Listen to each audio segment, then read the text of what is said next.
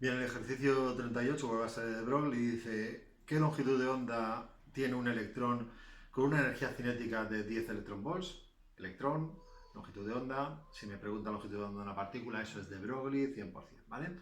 Por tanto, bueno, pues vamos a hacerlo bastante sencillito. Como dato me han dicho que la energía cinética de ese electrón es 10 electronvolts. También me dan la masa del electrón, que es 9,11 por 10 a la menos 31 kilogramos, y lo que me están preguntando es la longitud de onda de de Broglie, ¿vale? Bueno, pues aplicamos la ecuación de de Broglie, que es muy sencillita. La longitud de onda es igual a la h partido entre la p. En mi caso, vamos a poner longitud de onda es igual a la h partido entre la masa por la velocidad, porque lo tengo desglosado de esa manera, ¿vale? Entonces, eso implica que para mí, en mi situación, tenemos que lambda es igual a 6,63 por 10 a la menos 34 joules por segundo, dividido entre 9,11 por 10 a la menos 31 kilogramos, que es la masa del electrón, por una velocidad que ahora mismo desconozco. No sé la velocidad, pero sé la energía cinética, por tanto la calculo de forma inmediata.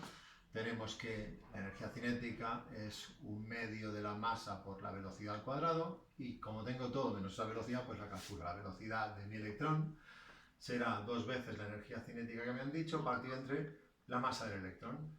Y eso me lleva a calcular una velocidad de 2 multiplicado por 10 electronvolts. En lugar de poner 10 electronvolts, voy a poner ya la equivalencia en joules, ¿vale? Como un electronvolt son 1,6 por 10 a la menos 19 joules, pues esto será 1,6 por 10 a la menos 18 joules.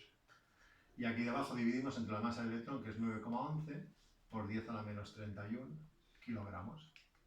Vale, cuando hacemos todo este festival acabo teniendo una velocidad de 1,87 por 10 a la 6 metros partido por segundo. Y ahora cogemos esta velocidad, la clavamos aquí arriba, 1,87 por 10 a la menos, por 10 a la 6 metros partido por segundo, y acabamos obteniendo una longitud de onda de 3,88 por 10 a la menos 10 metros, lo cual es una longitud de onda pues pequeñaja, pero es una longitud de onda pequeñaja para una partícula que también es muy pequeñaja, como es el electrón.